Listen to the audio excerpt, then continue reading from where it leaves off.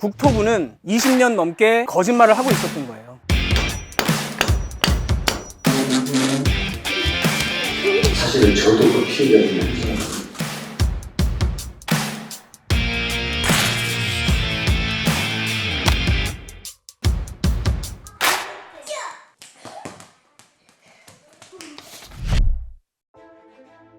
깐깐해서 남주자 깐깐남 시작하겠습니다. 세상에는 깐깐하게 따져볼 일들이 너무나 많습니다. 그동안 우리가 세계 평화, 민족 평화 이런 얘기를 했다면 이번엔 조금 좁혀서 가정 평화, 사회 평화 관련된 얘기를 해보도록 하겠습니다. 이미 제목에서 보셨다시피 층간소음 얘기를 해볼 건데 이 층간소음 때문에 지금도 수많은 분들이 고통을 받고 계시죠. 집에 이만하게 두꺼운 매트도 깔아놓고요. 그 다음에 혹시 아이들이 뛸라 치면 야! 하고 소리 지르고 애 괜히 다그쳐서 나중에 약간 좀 마음 아프신 분들이 계실 거고요. 반대로 또 윗집이 하도 쿵쿵거려서 내가 심장 벌렁거려서 못 살겠다 이런 분들도 계실 겁니다. 그래서 이게 결과적으로는 각종 사건, 사고, 범죄로까지 이어지죠. 근데 이럴 때마다 언론도 그렇고 정부도 그렇고 사람 탓을 합니다. 아유 왜 이렇게 좀 그걸 못 참아가지고 주민들끼리 조금만 좀 얘기도 좀 하고 서로 뭐 좀 아래 윗집 소통도 하고 하면 좋지 않느냐. 위층에 사는 초등학교 2학년입니다. 피아노 치는 소리, 못 박는 소리 조심하겠습니다. 뭐 이런 편지를 서로 주고받으면 조금 아름다운 세상이 되지 않겠느냐. 뭐 이런 이제 캠페인까지 벌리고 했는데 대한민국의 아파트 층간소음 문제 사람들이 만든 문제가 아닙니다. 이 주민들이 잘못한 게 아니에요. 사실 그 전에 훨씬 더 큰 문제가 숨어 있습니다. 이걸 만약에 사람 문제가 아니다. 어디서 우리가 그 힌트를 얻을 수 있느냐? 1970년대에 서울에 반포에 짓고 있는 아파트 모습입니다. 이 주공 아파트예요. 5층짜리. 보면 이게 한강이고요. 건너편이 동부이촌동이고 휑하죠. 뒤에 뭐 큰 건물 아무것도 없는 거 보니까 옛날 사진인 거 아시겠죠?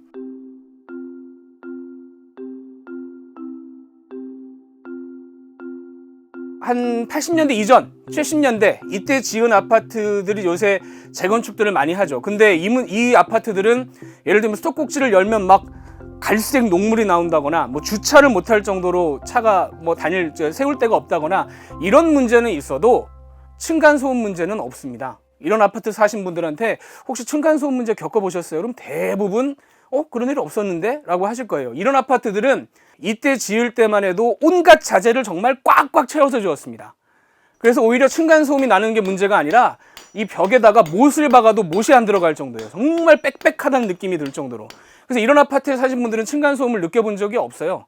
그럼 대한민국의 층간소음은 언제 시작이 됐느냐? 노태우 전 대통령이 등장하면서부터입니다. 노태우 전 대통령이 잘못됐다는 얘기가 아니라 노태우 전 대통령의 공약이 200만 호 건설이었어요. 집을 200만 채를 짓겠다. 내 임기 안에. 그때 분당이 나오고 일산이 나왔던 거거든요. 그 당시의 대한뉴스 화면인데 당시에 200만 채를 과연 대한민국에 지을 수 있는 능력이 되느냐? 거기까지는 생각을 안 했던 겁니다. 집 문제가 너무 심하니까 빨리빨리 집을 짓자라고만 했지 과연 우리가 그런 능력이 되느냐라는 걸 생각을 안 해봤었어요. 그래서 어떤 일이 벌어졌느냐? 1991년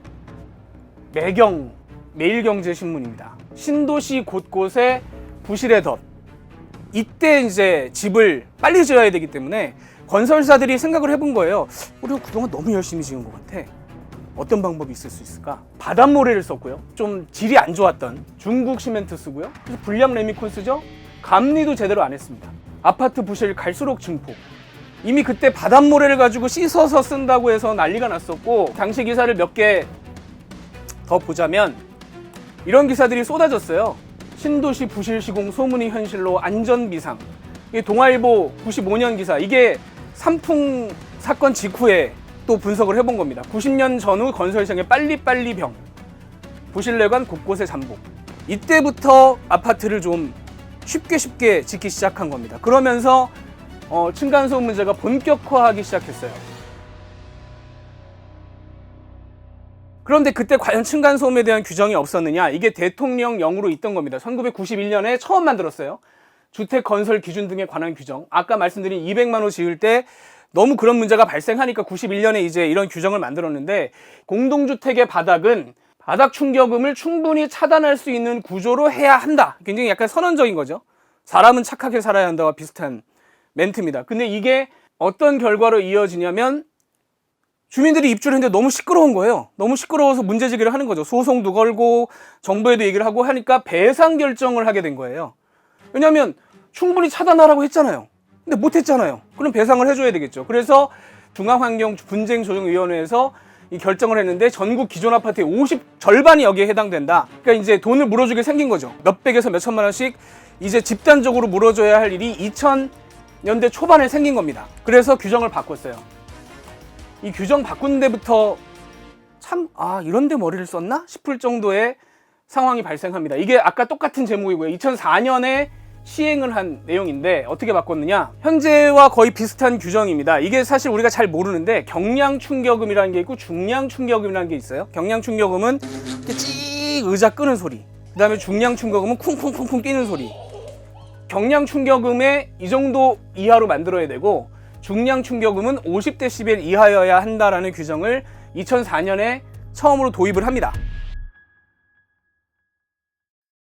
근데 이걸 들었으면 이제 규정이 생겼구나, 저걸 지키면 되는 거구나, 이 이하로만 아파트를 지으면 사람들이 층간소음을 안 느끼겠구나 라고 해야 되는데 여기에 한 가지 이상한 조항이 들어가요. 근데 이 당시만 해도 이 조항이 무슨 뜻인지 아는 사람이 사실은 없었습니다. 바닥 충격음을 충족하는 표준 바닥 구조를 고시할 수 있다라는 말이 들어갑니다. 이것만 봐서는 무슨 말인지 알 수가 없어요. 이게 무슨 얘기인지 이제 파악을 하셔야 되는데 일종의 건설사들에게 면죄부를 준 겁니다. 이때 몰랐어요. 이게 면죄부라는 걸. 만든 사람은 알았겠죠. 규정을 만든 사람은 알았을 거예요. 무슨 얘기냐? 정부가 레시피를 정해주는 거예요. 이게 이런 모양으로 바닥을 만들면 아까 그 기준을 충족한 것으로 인정해주겠다라는 조항을 아까 그렇게 짧게 두 줄로 어렵게 써놓은 겁니다. 그러니까 일반 사람들은 봐도 뭔 얘기인지 모르죠. 그러니까 바닥을 이렇게만 만들면 된다는 거예요. 그중에 제일 중요한 게 완충제라는 거거든요. 우리가 보통 아는 소리를 이게 먹어줘야 되는 겁니다. 이 중간에 들어있는 이 부분이 쿵쾅쿵쾅 하는 소리를 얘가 엄청 흡수를 해줘야 아랫집에서 문제가 안 생기는 거겠죠. 근데 완충제라는 게 뭐냐? 그냥 우리가 배달용으로 쓰는 왜 그 냉동식품 들어있는 그런 스티로폼 이런 거 저런 거 다 해서 그냥 스티로폼이 2cm만 넘어가는 것만 끼우기만 하면 층간소음을 없앤 걸로 인정을 해준다라는 정부가 면죄부를 준 겁니다. 이 2cm라는 완충제의 재질도 문제였지만 문제는 이 건설 현장에서는 실제로 이렇게 샌드위치를 만들 거 아니에요? 그런데 이 중간에 또 이렇게 그 미숙련공들이 많아서 이렇게 공간이 뜹니다. 잘 안 붙어요. 스티로폼에다가 뭐 붙여보면 잘 안 붙잖아요. 그럼 여기에서 종 같은 효과가 발생해요. 뛰면 오히려 이게 더 웽 하고 울려서 아래층에 더 2배, 3배로 전달되는 그런 문제까지 발생을 하게 되는 겁니다. 그러니까 이런 문제를 모르고 국민들은 뭐 기준이 만들어졌으니까 저 기준 지키겠지, 그렇지 않았던 거죠. 몰랐느냐? 건설 현장에 있는 사람들은 알았어요. 이게 제가 10년 전에 취재를 했던 내용인데 표준 바닥에는 이렇게 두께 2cm 정도의 스티로폼을 주로 까는데 소음 차단 효과는 거의 기대하기 힘듭니다. 건설 현장에 있는 사람들은 알아서 저 스티로폼으로는 절대로 이런 층간소음을 막을 수 없으니까 우리가 개발을 해보겠다라고 나선 회사들이 있었습니다. 심지어 이 회사는 아주 큰 건설사의 계열 회사였어요. 그때 요런 스티로폼들이 지금 아파트에 들어가 있는 겁니다. 요 정도 2cm짜리 스티로폼이 이걸로 안 된다는 거죠. 당시에 이 회사가 개발했던 건데 이게 기존의 스티로폼이고요. 2cm짜리 이만한 게 새로 개발이 된 거예요. 이걸 끼워 넣으면 층간소음을 잡을 수 있다. 실제로 아까 보여드린 그 실험장이 한쪽 벽면에는 이걸 넣고 한쪽 벽면에는 반쪽 바닥에는 이걸 넣어서 그 타이어로 때려본 겁니다. 근데 이 바닥이 있으니까 진짜 꿍꿍꿍꿍꿍 소리가 나는데 이 스티로폼을 넣은 데를 들어가니까 저 멀리서 그냥 콩콩 하는 소리만 나요. 그러면 이 방음제를 썼다면 층간소음을 줄일 수 있겠죠. 그러나 이게 대기업 계열사가 만든 제품임에도 불구하고 같은 계열사도 이 제품을 쓰지 않았습니다. 이유는 뭐냐? 돈도 돈이고요. 정부가 이것만 쓰면 된다는데, 이것만 쓰면 면죄를 해주겠다는데 새로운 기술을 쓸 이유가 없는 거잖아요. 왜 이걸 써서 문제를 오히려 책임을 우리가 져야 됩니까? 이걸 쓰면 책임을 정부가 져준다는데. 2000년대 이후로 지은 아파트엔 전부 이 2cm짜리 얇은 스티로폼이 들어가 있어요. 그러니까 층간소음을 막을 수가 없죠. 이걸로는.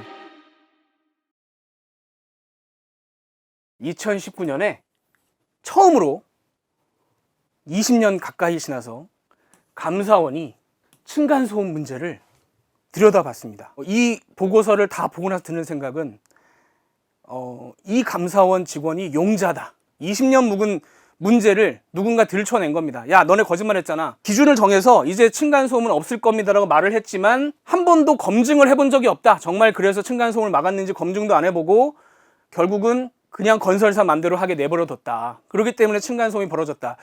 제가 물어보진 않았는데 이 감사한 분이 자기가 층간소음이 좀 고통을 받았던 게 아닌가 싶기도 하고, 당시에 감사원이 실제로 지은 아파트에 가서 때려본 거예요. 표준 바닥이라는 걸 지어서 인정을 국토부는 해줬지만, 야, 진짜 그게 과연 층간소음 막는 게 맞냐 검증을 해보자라고 들어가서 때려본 겁니다. 공공 아파트예요. 그러니까 임대 아파트나 LH가 짓는 아파트를 먼저 보겠습니다. 경량 충격음은 아시다시피 이게 아까 말씀드린 대로 의자 끄는 소리 이런 거기 때문에 생략을 하겠습니다. 사실은 우리가 층간소음의 가장 큰 거는 쿵쿵거리는 소리니까 이게 제일 중요하겠죠. 자, 국토부가 대부분의 아파트에게 2등급, 특히 3등급을 부여를 했어요. 대부분 3등급입니다. 그런데 실제로 두들겨봤더니 1등급 아예 없고요. 2등급 하나고요. 대부분 4등급 혹은 40% 이상이 등외입니다. 등외라는 건 층간소음 절대 못 막는다는 겁니다. 실제로 때려봤더니 이게 말이 되냐는 거죠. 감사원이 여기서 이제 한번 화가 났는데, 말씀드렸죠. 공공 아파트입니다. 민간 아파트 보시죠. 2등급, 3등급이라고 했어요. 대부분 민간 아파트 3등급까지 없습니다. 아예 때려봤더니 3등급까지는 안 나와요. 아예 없어요. 그나마 28%는 4등급인데 72%가 등외입니다. 지금까지 국토부는 20년 넘게 이 거짓말을 하고 있었던 거예요. 그래서 감사원의 감사보고서 결말이 이렇습니다. 결론이 굉장히 한맺혀 있어요. 국토부는 방금 너네가 했던 그 제도들 문제점을 보고받거나 조사를 했는데도 조치를 하지 않았다. 지금까지 계속 거짓말을 20년 동안 해왔다. 문제점 확인됐다. 바꿔야 된다라고 제안을 하면서 국토교통부 장관에게 이렇게 얘기합니다. 바닥 충격음 인정 업무 등등에 대해서 관리 감독해라. 제대로 해라. 이 마지막 말이 웃긴데, 지금 너네가 해왔던 그 20년 동안 해왔던 문제점을 알고서도 대책을 마련하지 않고 그대로 두는 일이 없도록 관련 업무를 철저히 하시기 바랍니다. 한마디로 너네는 정말 나쁜 사람들이다 라는 결론을 낸 겁니다. 그동안 20년 동안 국민들에게 거짓말을 하면서 너네들이 뛰어서 그래, 너네들끼리 예의를 안 지켜서 그래라고 거짓말했지만 알고 보니까 너네가 알면서도 거짓말 했잖아 라는 게 감사원의 결론입니다. 그래서 이 이후에 국토부가 보완책을 내놓긴 했습니다. 지난 정부에 보완책을 내놨고 이번 정부 들어서 발표를 대대적으로 했는데, 과연 그래서 이 감사원이 성질을 낸 것을 반영해서 제대로 바꿨느냐? 이미 눈치를 채셨겠습니다만 눈 가리고 또 아웅을 했어요. 앞으로도 영원히 층간소음을 잡을 생각은 없어 보입니다. 제도적으로는. 정부가 내일부턴 100머신 대신 새 방식을 도입합니다. 지난 2014년에도 도입됐다가 감사원 지적을 받고 곧바로 폐기됐던 방식입니다. 나빠지는 거죠.